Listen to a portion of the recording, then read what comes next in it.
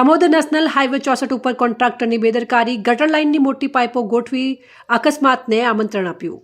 National highway 64 ઉપર આમોદ તાલુકાના નાળિયેર ગામ નજીક કોન્ટ્રાક્ટર દ્વારા જાહેર માર્ગ પર પાઇપો ગોઠવી દેવામાં આવતા કોઈપણ ગંભીર અકસ્માત સર્જાય તેવી પરિસ્થિતિ ઊભી થઈ છે।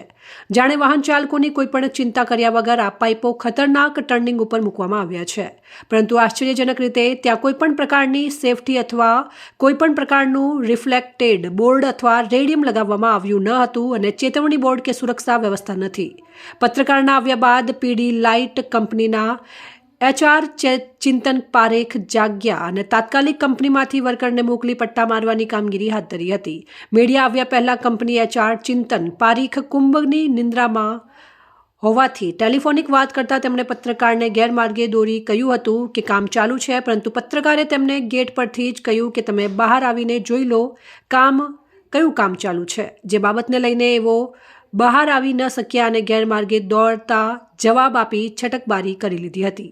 આ પહેલાં પણ નાળિયેર ગામે પીડી લાઇટ કંપની દ્વારા રોડ ઉપર જ ભારે વાહનો પાર્ક કરી દેવામાં આવતા અનેક નાના મોટા અકસ્માતો સર્જાયા છે। આ અકસ્માતોમાં કોઈ નિર્દોષ વ્યક્તિનો જીવ ગયો પણ હોય તેમ છતાં કંપની કે તેના કોન્ટ્રાક્ટર દ્વારા આજ સુધી કોઈ કાર્યવાહી કરવામાં આવી નથી। વારંવાર અકસ્માતો સર્જાયા તેમ છતાં હજુ પણ બેદરકારી યથાવત છે। જાહેર માર્ગ પર કોઈ ખાનગી મિલકત નથી, છતાં પીડી લાઇટ કંપની અને કોન્ટ્રાક્ટર પોતાની મનમાની ચલાવી રહ્યા છે। રાત્રિના સમય અથવા ધુમ્મસમાં આ સ્થળ પર વાહન ચાલકો માટે મૃત્યુ કુંડ સાબિત થઈ શકે છે। જો આવતીકાલે કોઈ નિર્દોષનો જીવ જાય તો તેની સંપૂર્ણ જવાબદારી પીડી લાઇટ કંપની તેની જવાબદારી સ્વીકારશે કે પછી હંમેશાની જેમ તપાસના બહાને મામલો મૂકી દેવાશે?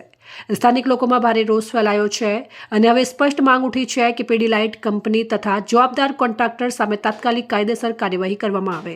જો હવે પણ તંત્ર મૌન રહેશે, આગામી અકસ્માત માટે પ્રશાસન પણ એટલું જવાબદાર ગણાશે, જ્યારે જાહેર માર્ગ ઉપર કોઈ મોટી દુર્ઘટનાની રાહ જોઈ રહી છે।